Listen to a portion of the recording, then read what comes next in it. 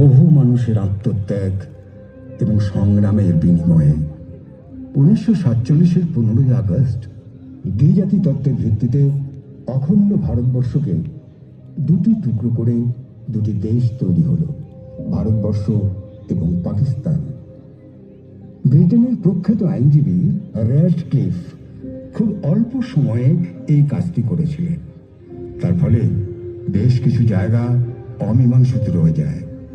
15ই August প্রথম স্বাধীনতা দিবসে সমস্ত দেশ যখন ভারতবর্ষের তিরঙ্গা পতাকা নিয়ে উত্তাল, তখন আমাদের শহর বালুরঘাট, বনগাঁ, মালদার কিছু অংশ, নদিয়ার একটা বিরাট অংশ তখনও পূর্ব পাকিস্তানের মধ্যে ছিল অমীমাংসিত হিসেবে।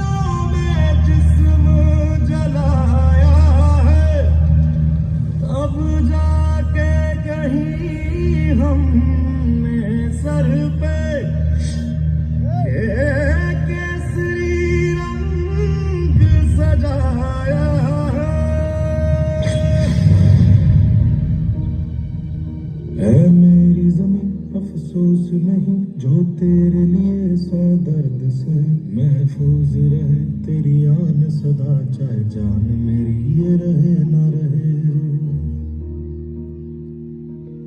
मेरी ज़मीं महबूब मेरी, मेरी नस नस में तेरा इश्क बहे, फीका ना पड़े कभी रंग तेरा जिस मुंह से निकल के खून कहे।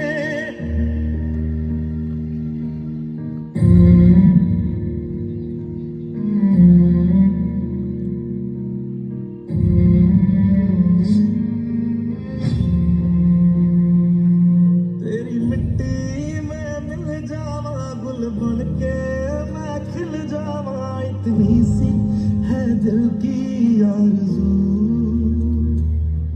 तेरी नदियों में बह जावा, तेरे खेतों में लहरावा, इतनी सी है दिल की आरज़ू।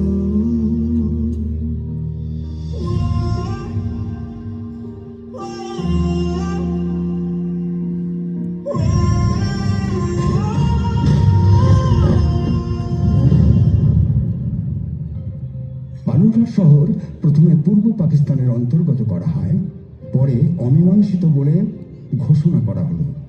17ই আগস্ট রাত্রি 12টায় ঘোষণা করা হলো বালুরঘাট শহর ভারতবর্ষের মধ্যেই থাকবে। এই শহরের মানুষ আনন্দে উত্তাল হয়ে উঠল। এই ইতিহাস খুব গর্বের ইতিহাস কিন্তু নয়। বাংলার প্রায় 9.5 কোটি মানুষ দুটি দেশ থেকেই বাস্তুচ্যুত হল দেশভাগের ফলে। আমরা ভারতবর্ষে রয়ে গেলাম, আমরা মানে বালুরঘাটবাসী।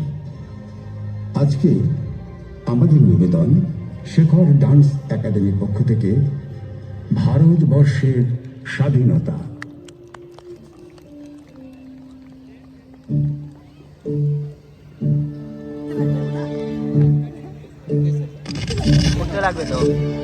जनगण मन अधिनायक जय हे,